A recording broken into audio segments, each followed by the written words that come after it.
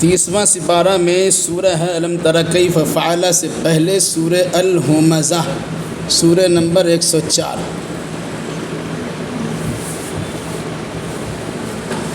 جی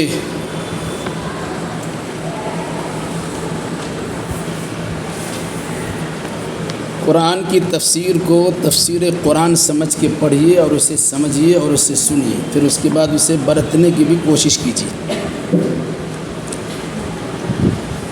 الحمدللہ رب العالمین والصلاة والسلام علی اشرف الانبیاء والمرسلین نبینا محمد وعلی آلہ واصحابہ اجمعین۔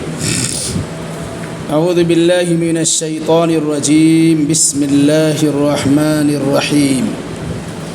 ویل لکل ہمزۃ لمزہ الذی جمع مالا وعددہ یحسب ان مالہ اخلدہ کلا لینبذن فی الحطمہ وما ادراک ما الحطمہ نار اللہ الموقدہ التي تطلع على الأفئدة إنها عليهم مؤصدة في عمد ممددة۔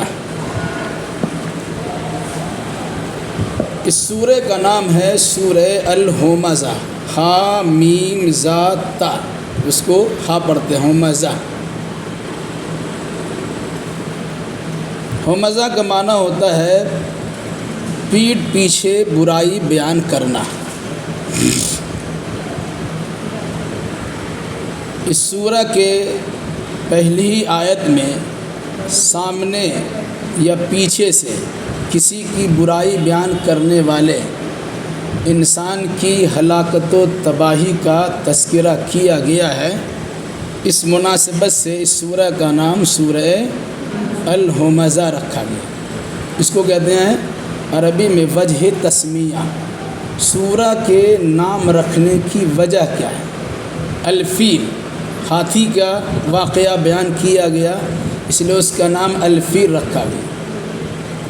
سورہ قریش، قریش کے لیے سردی اور گرمی میں سفر سے متعلق کچھ بات بیان کی گئی، اس مناسبت سے اس کا نام سورہ قریش رکھا گیا۔ سورہ نصر، اس میں اللہ کی جانب سے خصوصی نصرت و مدد کا تذکرہ ہے، اس لیے النصر رکھا گیا۔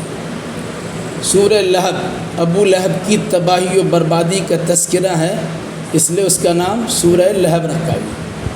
الفاتحہ، شروعات، کھولنے والی چیز جس سے قرآن کریم کو کھولا جاتا ہے، اس لیے اس کا نام الفاتحہ رکھا۔ البقرہ، بقرہ مطلب گائے، گائے کے ذبح کرنے سے متعلق ایک واقعہ بیان ہوا ہے موسیٰ علیہ السلام کے زمانے کا، اس لیے اس کا نام البقرہ رکھا ہے۔ آل عمران، حضرت مریم کے والد، حضرت مریم کے والدہ کا والد یعنی نانا عمران کا تذکرہ کیا گیا، ان کی نسل کو آل عمران سے تعبیر کیا گیا، اس لیے اس کا نام رکھا آل عمران۔ سورہ النساء، عورتوں کے بہت سارے مسائل بیان کیے گئے، اس لیے اس کا نام النساء رکھا گیا۔ اس طرح ناموں کے رکھنے کی وجہ، اس کو کیا بولتے ہیں؟ وجہ تسمیہ، واو جیم ہا، وجہ لکھ لیجئے، وجہ تا سین میم یا ہا، تسمیہ، وجہ تسمیہ۔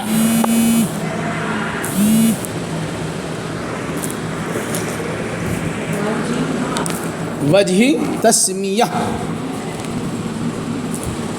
نام رکھنے کی وجہ۔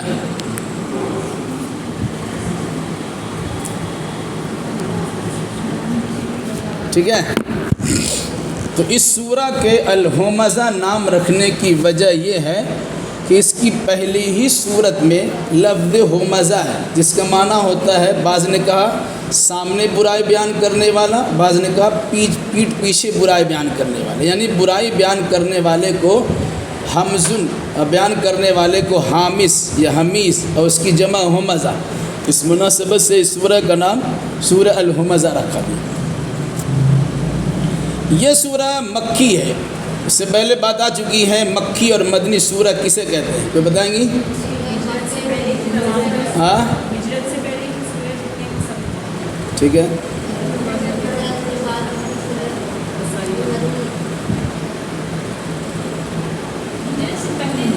ٹھیک، صحیح صحیح۔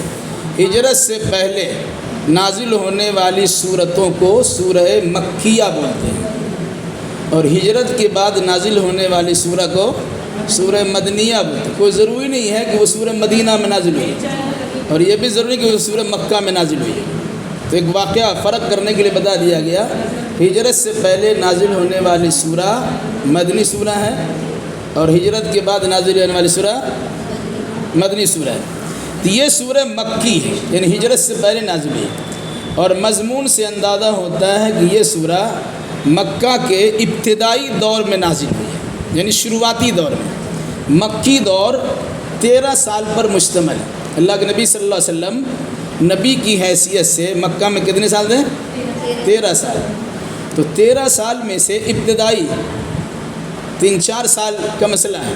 مان لیجیے 4 سال اگر آپ نے خفیہ تعلیم دی، اس کو چھوڑ دیجیے، تو 13 میں سے 4 نکل گئے 9 سال۔ اب 9 کو 3 حصہ بانٹیے، تو 4 3 7، گویا 7ویں سال سے پہلے کی یہ سورہ نازل، اس کو بولتے ہیں مکی دور کے ابتدائی ایام کی نازل شدہ سوروں میں سے ایک سورہ ہے۔ اس سورہ میں کتنی آیتیں ہیں؟ 9 آیتیں ہیں۔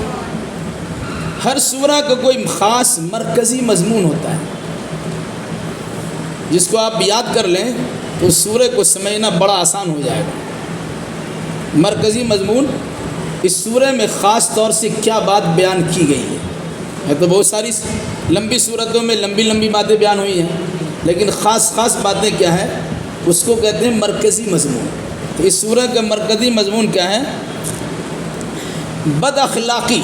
جو انسان بد اخلاقی کرتا ہے اس پر قدقن لگائے گا، اس پر روک لگائے گی۔ بد اخلاقی کئی شکلیں ہوتی ہیں۔ غریب آدمی بدخلقی کرتا ہے، بد اخلاقی کرتا ہے۔ امیر آدمی بد اخلاقی کرتا ہے۔ شہرت والا بھی بد اخلاقی کرتا ہے۔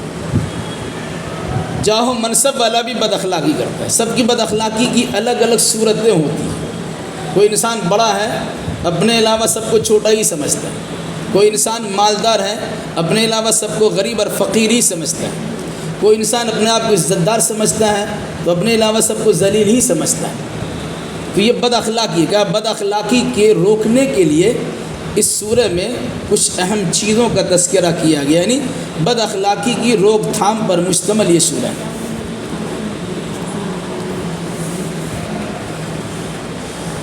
ویل لکل ہمزۃ لمزہ۔ ویل مطلب تباہی و بربادی، ٹھیک ہے۔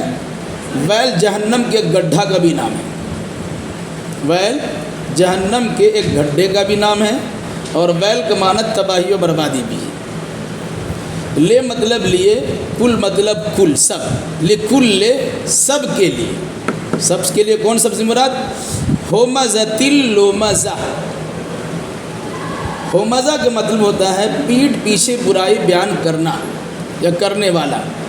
لمزہ کا مطلب ہوتا ہے سامنے کسی کی برائی بیان کرنا۔ پیٹھ پیچھے برائی بیان کرتے ہیں، اس کو چگلی کرنا، غیبت کرنا، لگائی بجھائی کرنا، یہ شامل ہے۔ سامنے کسی کی برائی بیان کرنے والا وہ طعنہ زنی کرتا ہے، الزام تراشی کرتا ہے، بہتان بازی کرتا ہے، کسی کو سامنے ستاتا ہے۔ یہاں پر یاد رکھیے گا، عام طور سے کوئی آدمی کسی کے عیب کو بیان کرتا ہے، بولتا ہے ہم اس کے سامنے بھی بول سکتے ہیں، عام طور سے بولتے ہیں، مطلب کہ واہ میرا پیٹھ پیچھے بیان کرنا بھی صحیح ہے کیونکہ ہم اس کے سامنے بول سکتے ہیں۔ یاد رکھیے گا، اگر کسی کے اندر خرابی ہے، آپ نیک نیتی کے ساتھ اس کو سمجھانے کی غرض سے سامنے بتاتے ہیں تو اچھی بات ہے، لیکن اسے ذلیل و خوار کرنے کے لیے سامنے کرے کہ پیٹھ پیچھے کرے، دونوں گناہ کا کام ہے۔ اس چیز کو یاد رکھیے گا۔ اگر آپ کسی کے خیر خواہ ہیں اور آپ جانتے ہیں اس کے اندر کوئی خرابی پائی جاتی ہے تو سب کے سامنے بیان مت کیجیے، کنارے میں چلے آئیے۔ آج کل فون کا زمانہ ہے، موبائل سے گفتگو کر لیجیے، یا ان سے مل کر کے خیر خواہی کے انداز میں آپ کے اندر یہ چیز پائی جاتی ہے اس کی اصلاح کر لیجیے، یہ خیر خواہی ہے۔ لیکن اگر سب کے سامنے میں آپ کے اندر یہ بات پائی جاتی ہے، یا اگر اس طرح بھی نہیں کہا سب لوگ بیٹھے میں بیچ میں کہا ارے آپ کے اندر تو یہ خرابی پائی ہے، نرمی سے کہا، تب بھی یہ برائی بیان کرنا، کیونکہ آپ نے اس برائی کا پرچار کر دیا دوسروں کے ساتھ۔ تو کیا ہوا؟ ہومزہ پیٹھ پیچھے برائی بیان کرنے والے، لومزہ سامنے برائی بیان کرنے والے، دونوں کے لیے، ہر ایک کے لیے اللہ نے کیا کہا؟ جہنم کا گڈھا ہے، یہ تباہی و بربادی ہے۔ اس لیے کوئی آدمی کسی کی پیٹھ پیچھے برائی بیان نہ کرے۔ اگر کوئی آدمی کہے کہ تم پیٹھ پیچھے بیان کرتے ہو تو پلٹ کے کہہ دینا یہ بات تو ہم سامنے بھی کہہ سکتے ہیں، یہ ڈھٹائی ہے۔ ایک تو غلطی کر رہے ہیں، کسی کی عیب جوئی کر رہے ہیں، کسی کی برائی بیان کر رہے ہیں، اور وہ کہتا ہے کہ نہیں کرنا چاہیے، پھر ہم اس کے سامنے بھی کہہ سکتے ہیں۔ تو کسی کی برائی بیان کرنا، تان و تشنیع کرنا، لعن طعن کرنا، سامنے سے ہو یا پیٹھ پیچھے سے ہو، یہ جہنم میں جانے کا ذریعہ ہے، تباہی و بربادی سے دوچار ہونے کا ذریعہ ہے۔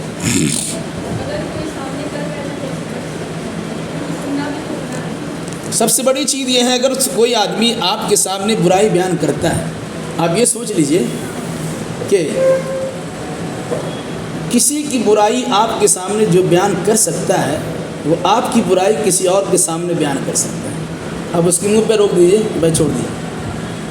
ایک بات، اگر کوئی آدمی آپ کے بارے میں کہتا ہے کہ وہ آدمی تو ایسا ایسا آپ کو بول رہا ہے، اب اسے کہیے وہ تو میرے پیچھے بولا تھا، تم تو میرے سامنے بول رہے ہو۔ اس کو ہمت سامنے نہیں بولنے کی، لیکن تم اتنے بڑے ہمت ور ہو کہ ہمارے سامنے بول رہے ہو۔ اس طرح کہہ کے اس سے رکایا جا سکتا ہے۔ ہوتا کیا ہے، کسی کی اچھی بات سننا اچھا نہیں لگتا، لیکن اگر کسی کی برائی کوئی بیان کرے تو بڑی چاہت سے انسان سنتا ہے۔ اچھا اس کے بعد کیا ہے، اچھا اس کے بعد کیا ہے، سارا ٹائم آپ کو اس میں چلا جائے گا، تو سوائے نام اعمال کو گناہوں سے لت پت کرنے کے کچھ میسر نہیں ہو۔ اس لیے اگر کوئی آدمی آپ کے سامنے کسی کی برائی بیان کرے، آپ کے دشمن کی ہو یا دوست کی ہو، بھائی بہن کی ہو یا رشتہ دار کی، کسی کی بھی، اب اس سے کہہ دیے بھائی ہم غیبت سننے کے لیے نہیں، کیونکہ غیبت سننا بھی گناہ ہے۔ اگر کوئی آدمی الزام لگاتا ہے تو بہت بڑا بہتان ہے، کسی کے اندر وہ عیب ہے، اس عیب کا کوئی انسان تذکرہ کرتا ہے تبھی غیبت ہے، اور عیب نہیں ہے پھر اس کا ذکر کرتا ہے تو بہتان ہے، غیبت سے زیادہ بڑا گناہ ہے۔ اس لیے اگر کوئی آدمی، کوئی بہن، کوئی بھائی، عام طور سے مشہور ہے کہ دو عورتیں یا دو چار عورتیں ایک ساتھ خاموش نہیں بیٹھ سکتی ہے، کسی کا شکوہ شکایت کرتی رہے، ایسی کوئی بات نہیں ہے۔ مرد کے اندر بھی یہ فطرت ہے، عورت کے اندر بھی فطرت ہے، چونکہ عورتوں کے اندر زیادہ یہ چیزیں پائی جاتی، اس مناسبت سے مشہور کر دیا گیا۔ ویسے جو بھی غلط کرے گا غلط کرے، چاہے عورت ہو چاہے مرد۔ الذی جمع مالا وعددہ، الذی جو جمع کیا، مالا مال کو، جی، ویل مطلب ہلاکت، تباہی، بربادی۔ جہنم کے گڈھے کا نام ویل ہے، اور عام معنی اس کا ہے تباہی، ہلاکت۔ ہلاکت ہے ہر پیٹھ پیچھے برائی بیان کرنے والوں کے لیے اور ہر سامنے برائی بیان کرنے والوں کے لیے۔ الذی جس نے یا جو جمع کیا، مال جس نے مال جمع کیا، وعددہ اور جس نے مال کو گن کے رکھا، عدد، جمع مطلب جمع کیا، مال مطلب مال، عددہ مطلب گنا ہو اس کو، یعنی مال کو، عدد المال، اس نے مال کو گن کے رکھا۔ مال جمع کرنا گناہ نہیں ہے، مال کو گن کے رکھنا بھی گناہ نہیں ہے، یہ بات یاد رکھیے۔ اگر مال جمع نہیں کرے گا وہ زکوٰۃ کیسے دے گا؟ مال جمع نہیں کرے گا تو غریبوں کی خدمت کیسے کرے گا؟ مال جمع نہیں کرے گا تو حج کیسے کرنے جائے گا؟ تو مال جمع کرنا غلط نہیں ہے، گننا بھی غلط نہیں ہے۔ بتاتا ہوں، مال گن کے رکھنا بھی منع نہیں ہے، چونکہ آپ حج کے لیے پیسہ جمع کریں گے 4.5 لاکھ روپے کا، تو گنیے گا تبھی تو 7 لاکھ جمع کیجیے گا، کہ ویسے نکال کے دے دیجیے گا۔ معلوم پڑا 2 لاکھ میں ہم سوچ رہے حج کرنے چلے آئیں، ابھی 4.5 لاکھ رکھ رہے ہیں۔ تو گن کے رکھنے سے مراد یہ ہے، بخیل و کنجوس قسم کے لوگوں کا حال کیا ہوتا ہے کہ مال جمع بھی کرتے ہیں، روز گنتے ہیں، اس میں کمی تو نہیں آئی، کچھ خرچہ تو نہیں ہو گیا، کوئی اضافہ کتنا ہوا، تو مال جمع اس لیے کرتا ہے، اسے خرچ نہیں کرنا ہے، ٹھیک ہے، اسے گن گن کے رکھ کر اپنے اندر تسکین سکون پاتا ہے کہ ہمارے پاس اتنا مال جمع ہو گیا۔ اس نیت سے مال جمع کریں کہ سال میں ہم زکوٰۃ دینے کے حقدار ہو جائیں گے، اچھی چیز ہے۔ اس نیت سے مال جمع کریں کہ ہمارے پاس غریب و نادار قسم کے لوگ آئیں گے، ہم ان کی خدمت کریں گے۔ اس لیے مال جمع کریں کہ ہمیں کسی مدرسے میں، مسجد میں یا کسی رفاہی کام میں مال کے ذریعے مدد کرنا ہے، ہم مال جمع اس لیے کرتے ہیں، ہم اس میں سے کچھ ادا کرتے ہیں، تو ایسا کرنا اچھی چیز ہے۔ اگر کوئی انسان صرف مال اس لیے جمع کرتا ہے کہ مالدار کہلائے گا، مال اس لیے گن گن کے رکھتا ہے کہ اس میں سے خرچ نہ ہونے پائے، کہیں بھی کسی قسم کی کٹوتی اور کمی نہ ہو جائے، کیوں؟ اس کے بعد والی آیت اس سلسلے میں اس کی تفصیل ہے۔ یہ سب حسب، یہ سبوں کا معنی ہوتا ہے گمان کرنا، خیال کرنا۔ وہ گمان کرتا ہے ان بے شک مالہ، اس کے مال یعنی اپنا مال، وہ گمان کرتا ہے کہ اس کا مال اخلدہ، اخلدہ ہمیشہ رکھے گا، اس کو، یعنی انسان یہ سمجھتا ہے کہ اس کا مال اس کو ہمیشگی بخشے گا۔ مالدار انسان مرے گا نہیں، مال کے ذریعے سے اپنی زندگی بچا لے گا، مال کے ذریعے سے موت سے محفوظ رہ جائے گا۔ تو جو انسان یہ سمجھتا ہے کہ مال اسے بچا کے رکھے گا، تو وہ انسان مال جمع بھی کرتا ہے، مال گن گن کے بھی رکھتا ہے، یہ سوچتے ہوئے جب تک ہمارے پاس مال ہے تب تک ہم بچے رہیں گے۔ ورنہ کیا سوچتا ہے انسان؟ اللہ نہ کرے کوئی انسان بیمار پڑ گیا اور اس کے پاس مال نہیں ہے، علاج معالجہ نہیں ہوا، ڈاکٹر کے دکھانے کے لیے فیس نہیں ہے، دوا خریدنے کے لیے مال نہیں ہے، اس کی موت ہو جائے گی۔ ایسا کچھ نہیں ہے، زندگی باقی ہے تو مال رہے نہ رہے، غریب بھی زندہ رہتا ہے، اور زندگی بچی ہوئی نہیں ہے تو جتنا مال کا انبار لگا لیجئے، موت سے آپ بچ نہیں سکتے، کیونکہ حیات و موت خالص اللہ تبارک و تعالیٰ کے اختیار میں ہے۔ ڈاکٹروں کی پوری ٹیم رہتی ہے، اس کے باوجود انسان مر جاتا ہے، خود ڈاکٹر بھی مر جاتا ہے۔ مال و دولت کی فراوانی ہوتی ہے، دواؤں کا انبار لگا دیا جاتا ہے، ابھی یہ دوا کھلانا، اب یہ دوا کھلانا، اب یہ انجیکشن ڈالنا، یہ صورت کرنی، ساری چیزیں ہیں، لیکن جب موت آنی رہتی ہے ساری چیزیں پڑی کی پڑی رہ جاتی۔ کیا مطلب ہوا؟ انسان سوچتا ہے مال اس لیے جمع کر کے رکھتے ہیں جب تک ہمارا مال رہے گا ہمیں کوئی گزند اور تکلیف نہیں پہنچا سکے گا، یہ مال ہم کو بچا کے رکھے گا، کیوں؟ اس نے اللہ کو بچانے والا ماننے کے بجائے مال کو بچانے والا تصور کر لیا۔ اس لیے جس انسان کے اندر مال کی ایسی محبت ہوتی ہے، وہ اپنے مال کے غرور میں، گھمنڈ میں، نخوت میں، بڑائی میں اپنے سے کمتر درجے کو انسان اور زیادہ کمتر سمجھتا ہے۔ کسی انسان کو کمتر سمجھنا یہ خاص طور سے مالداروں کی عادت قبیحہ ہوتی، بری عادت تھی، دوسرے لوگ بھی کرتے ہیں لیکن یہ چیز زیادہ پائی ہے۔ کیا غریب قسم کے لوگ ہمارے پاس آ گئے، پرانا کپڑا پہن کے ہمارے پاس آ گئے، آپ کے پیر میں چپل تک نہیں ہمارے آفس میں آ گئے، آپ کو پہننے اڑنے کا سلیقہ نہیں ہمارے یہاں آ گئے، یہاں تک کہ ایسے مالدار انسان اپنے باپ کے باپ ہونے سے انکار کر جاتا ہے جب اس کا باپ پھٹیچر حالت میں ہو۔ ایسے حالات ہیں، کہتے ہیں ہمارا خادم اور نوکر ہے، بچہ بڑا ہو گیا، مالدار ہو گیا، جاں و حشم والا ہو گیا، اس کے بعد افراد بہت زیادہ ہو گئے، پرانے انداز کے اس کے والد اگر اس کے پاس آئے، کوئی دے کون ہے؟ ہاں میرے خادم ہیں، میرے سرونٹ ہیں، میرے غلام ہیں، خدمت کرنے والے، ایسا بیان ہے۔ یاد رکھیے گا، عثمان نے اس انسان کو متکبر بنا دیا، تکبر کرنے والا بن گیا، نتیجے کے طور پر وہ اپنے باپ کو پہچاننے سے انکار کرتا ہے۔ کیا کہا؟ وہ گمان کرتا ہے یا سمجھتا ہے کہ ان مالہ، بے شک اس کا مال اخلدہ، اس کو ہمیشہ رکھے گا، یعنی وہ سمجھتا ہے جب تک اس کے مال ہے تو زندہ رہے گا، مال ختم یہ مر جائے گا، اس لیے مال کو جمع کر کے رکھتا ہے اور گن گن کے رکھتا ہے۔ کلا مطلب ہرگز نہیں، کبھی نہیں، یہ کہہ کے کہ اگر کوئی انسان یہ سمجھتا ہے کہ مال اس کو ہمیشہ رکھے گا اور مال کے نتیجے میں انسان ہمیشہ باقی رہ جائے گا، اللہ نے کہا کلا، ہرگز نہیں، ایسی کوئی چیز نہیں ہے۔ اگر مال کسی کو بچا سکتا تھا تو قارون کو اس کا مال بچا سکتا تھا۔ قارون بڑا مالدار انسان تھا، اس کے خزانے کی کنجیوں کو اٹھانے کے لیے بڑی بڑی جماعتیں اٹھانے سے قاصر ہوا کرتی تھی، اتنا مال تھا۔ اس نے مال جمع کیا، کہا اللہ کے راستے میں خرچ کرو، تمہارے قوم میں غریب و نادر اس پہ صرف کرو۔ کہا نہیں، اللہ نے ہمارے علم کی بنیاد پر، ہماری طاقت کی بنیاد پر، ہماری کمائی دھمائی کی بنیاد پر دیا ہے، ہم کیوں خرچ کریں گے؟ ایک دن وہ اتراتا ہوا چل رہا تھا، اپنا کپڑے کو زمین پر گھسیٹتا ہوا تکبر کرتا ہوا چل رہا تھا، یہاں تک اللہ تبارک و تعالیٰ نے حکم دیا اے زمین اسے دبوچ دے۔ زمین اسے دبوچنا شروع کی، وہ دھسنا شروع کیا، اندر جا رہا ہے، اندر جا رہا ہے۔ اس نے کہا او لوگ ہمارا مال لوٹنے کے لیے ایسا کریں گے؟ تو اللہ کی جانب سے حکم ملا کہ بھائی ان کا سارا مال جمع کراؤ اور سارا مال اس کے سر پہ ڈال دو۔ کوئی نہ سوچے کہ اس کا مال چھیننے کے لیے اسے دفن کرایا جا رہا ہے، سارا مال اس کے سر پہ ڈالو۔ اور پھر اس کے بعد جا رہا ہے، حدیث کے مطابق وہ انسان قیامت تک دھستا چلا جائے گا۔ ایک تو تکبر کرنے کا انداز، دوسرا مال گن گن کے رکھنے کا نتیجہ۔ اس کی بنیاد پر اللہ نے کیا کہا؟ یہ زمین میں دھسایا گیا اور دھستا ہی چلا جا رہا، قیامت تک دھستا چلا جائے گا۔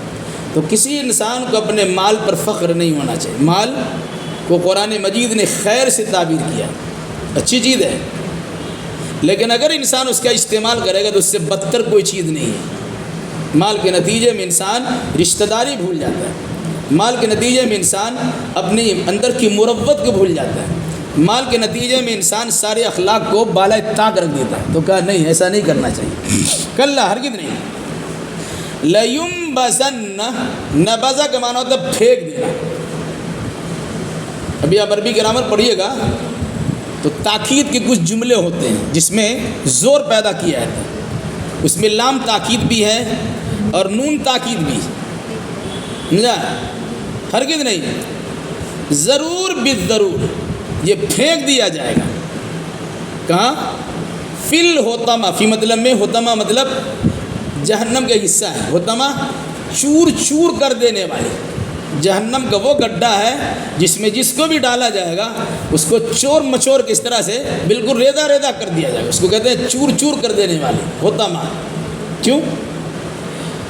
ہرگز نہیں، ضرور بالضرور وہ ڈالا جائے گا، مجہول کے صیغہ ڈالا جائے گا، فی الحطمہ، اس میں جہنم کے حطمہ نامی گڈھے میں۔ جہنم کے ایک نام حطمہ بھی ہے، جس کا معنی ہوتا ہے توڑ دینا، چور دینا، کوٹ کوٹ کے برابر کر دینا۔ انسانوں کے بارے میں بول رہے ہیں، انسان کے بارے میں بول رہے ہیں۔ وہ جہنم میں جو انسان جہنم کی حصے میں جائے گا اس کی ٹھکائی کٹائی بہت زیادہ ہوگی، پیٹ پیٹ کے اسے اس کا پیٹ چوڑا کر دیا جائے گا، اس کو چور چور کر دیا جائے گا۔ کہتے ہیں نا مار کے ادمہور کر دیا، مار مار کے چور کر دیا ہے۔ تو ضرور بدر ڈالا جائے گا حطمہ میں۔ پھر سوال ہوا، اس حطمہ کو جاننے اور پہچانوانے کے لیے اللہ نے باضابطہ سوال کیا، وما ادراک مل حطمہ، ما کیا، ادراک معلوم، آپ کو کیا معلوم ہے؟ ادرا مطلب معلوم، کا مطلب آپ کو، وما ادراک آپ کو کیا معلوم ہے؟ مل حطمہ کہ کیا ہے حطمہ، آپ کو کیا معلوم کہ کیا ہے حطمہ؟ حطمہ حتم یحتم کا معنی ہوتا ہے ٹکرانا، حتم یحتم کا معنی ہوتا ہے چور چور کر دینا، ٹھیک ہے؟ تو حطمہ جہنم کا وہ حصہ کہ جو اس میں ڈالا جائے گا اس کی اتنی ٹھکائی کٹائی پٹائی ہوگی کہ وہ چور چور ہو کے رہ جائے گا، زخموں سے چور ہو جائے گا، غموں سے چور ہو جائے گا۔ نار اللہ الموقدہ، حطمہ کے اندر جو آگ ہے پورے جہنم ہے، جہنم کے سارے آگ کو اللہ کی آگ نہیں کہا گیا ہے، حالانکہ سب اللہ کی آگ ہے، پوری کائنات اللہ کی ہے، لیکن جب کسی چیز کی نسبت اللہ کی طرف جڑ جاتی ہے تو اس کی اہمیت بڑھ جاتی ہے، اس کی شدت بڑھ جاتی ہے۔ کتاب اللہ، اللہ کی کتاب، رسول اللہ، اللہ کے رسول، بیت اللہ، اللہ کا درجہ بڑا ہوا ہے۔ اسی انداز سے جہنم کے آگ، تمام آگوں کا تذکرہ نہیں ہے، لیکن جہنم کے اس طبقے کا آگ کی آگ، جس طبقے کا نام حطمہ ہے، اس آگ کے بارے میں قرآن نے کیا کہا؟ نار اللہ، اللہ کے پورے قرآن میں کسی آگ کو اللہ نے نار اللہ سے تعبیر نہیں کیا ہے، سوائے اس آیت کے جو حطمہ میں، حطمہ کے اندر جو آگ موجود ہے اس آگ کو اللہ نے اس کی گرمی کی شدت کو بیان کرنے کے لیے کہا یہ اللہ کی آگ ہے۔ عذاب اللہ، اللہ کا عذاب، انسان عذاب دے گا، ہلکا پھلکا عذاب دے گا، لیکن اللہ جب عذاب دے گا تو پورا پورا عذاب دیتا ہے۔ نار اللہ، اللہ کی آگ ہے۔ الموقدہ، وقت کے معنی ہوتا ہے وقد، یقیدو کے معنی ہوتا ہے سلگانا، بھڑکانا، آگ جلانا، ٹھیک ہے۔ موقدہ مفعول کیسے کا ہے؟ اللہ کی آگ جو بھڑکائی ہوئی ہے، آگ جلائیے، اس میں ایندھن ڈالیے، پورے طور سے بھڑک کے تیار ہے کہ جہنم کے حطمہ نامی گڈھے میں جو آگ ہے وہ اللہ کی بھڑکائی ہوئی آگ ہے۔ اس بھڑکائی ہوئی آگ کی خصوصیت کیا ہے؟ التی تطلع علی الافئدہ، التی جو، الذی جو مرد کے لیے، التی جو عورت کے لیے، یہ اس میں موصول ہے، عربی گرامر میں یہ چیز آئے گی آپ کے پاس۔ الذی جو، التی جو عورت، کیونکہ یہاں پر کہاں نار اللہ الموقدہ، نار مؤنث ہے، الموقدہ اس کی صفت مؤنث ہے۔ التی جو آگ، تطلع، طلع کا مطلب ہوتا ہے جھانکنا، ٹھیک ہے۔ تطلع جھانکے گی، آگ بھی جھانکتی ہے، اب انسان جھانکتا ہے بلکہ آگ بھی جھانکتی ہے، کس کو جھانکے گی؟ التی تطلع علی الافئدہ، فؤاد کی جمع افئدہ، فؤاد مطلب دل، قلب مطلب دل ہوتا ہے، فؤاد مطلب بھی دل ہوتا ہے، افئدہ اسی کے جمع۔ جو آگ جھانکے گی انسان کے دلوں کو، مطلب کیا ہوا؟ عام طور سے آگ لگتی ہے، جلتی ہے، انسان کے جسم کو آگ لگ جائے وہ آگ دل تک پہنچتی نہیں ہے کہ انسان مر جاتا ہے، اس کی دہشت اور خوف سے۔ تکلیف تو ہوگی، بھائی آگ کا انگارہ آپ کے ہاتھ میں چلا ہے، کھانا پکاتے تھوڑا سا آگ لگ جائے تو تکلیف تو ہوتی ہے۔ اگر ہاتھ میں تکلیف ہے، پاؤں میں تکلیف ہے، جس میں کسی حصے میں تکلیف ہے، اتنی زیادہ تکلیف نہیں ہوتی جس کسی انسان کو دل میں تکلیف ہوتی ہے۔ جو ہارٹ کا مریض ہوتا ہے اس سے پوچھئے کہ جب دل کا دورہ پڑتا ہے اور اس کے اندر تکلیف ہوتی ہے کتنی شدت ہوتی ہے، برداشت سے باہر کی کیفیت ہوتی ہے۔ تو کہا جہنم کے اس گڈھے کی آگ، جس گڈھے کا نام ہے حطمہ، اس آگ کی خصوصیت یہ ہے کہ وہ آگ انتظار میں ہے کہ کون میرے پاس آ رہا ہے، اس کے دل کو چھونا ہے، اور دل کے اندر کیا کیفیات تھی، کس عقیدہ نظریہ کا مالک تھا، کتنا شرک تھا، کتنا کفر تھا، کتنا نفاق تھا، کتنی نخوت تھی، کتنا غرور تھا، کتنا پندار تھا، کتنا غریبوں سے متعلق بے مروتی اس کے اندر پائی جاتی تھی، یہ ساری چیزوں کو وہ آگ جھانکے گی، اور جس انداز کی خرابیاں اس کے دل میں ہوگی اسی شدت کے ساتھ وہ آگ اس کے دل پہ حملہ کرے گی۔ بڑی خطرناک چیز ہے۔ کیا فرمایا؟ نار اللہ الموقدہ، اللہ کی بھڑکائی ہوئی آگ ہے، التی جو تطلع جھانکے گی، علی الافئدہ دلوں کو، یعنی جو دلوں تک، وہ جھانکنے پر صرف اکتفا نہیں ہے، وہ تو جھانک کے دیکھ لیا کہاں پر کیا ہے، اس کے بعد وہ آگ سرایت کر دیا، شروع ہوا، جانا شروع ہوا، جا کے دل میں ہی اس کو ٹیس مار دی۔ انہا علیہم مؤصدہ،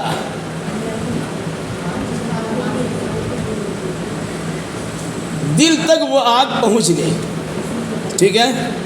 انسان سوچے گا جہنم سے بھاگ جائے،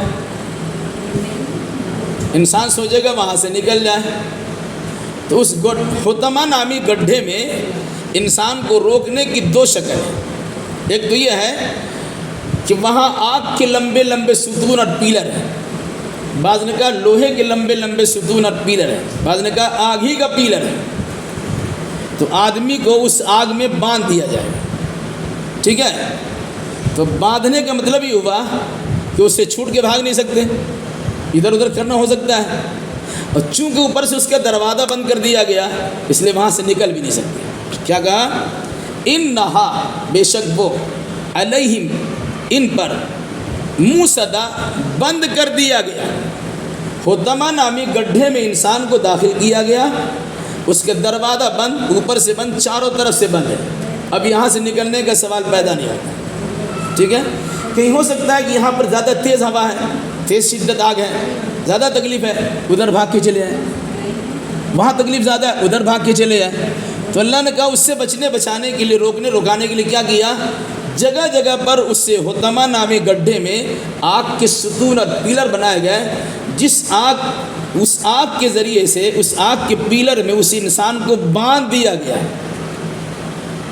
انسان کو جب تکلیف ہوتی ہے چھٹپٹاتا ہے، تھوڑا ادھر ہو جائے تھوڑا ادھر ہو جائے تو شاید اس کو عذاب میں کچھ کمی تخفیف لگے، لیکن ایک ہی جگہ پر پڑا رہے تو شدت بڑھ جاتی ہے۔ تو کہا وہ بھاگ بھی نہیں سکتے اور جہنم سے نکل کے دور کہیں جا بھی نہیں سکتے۔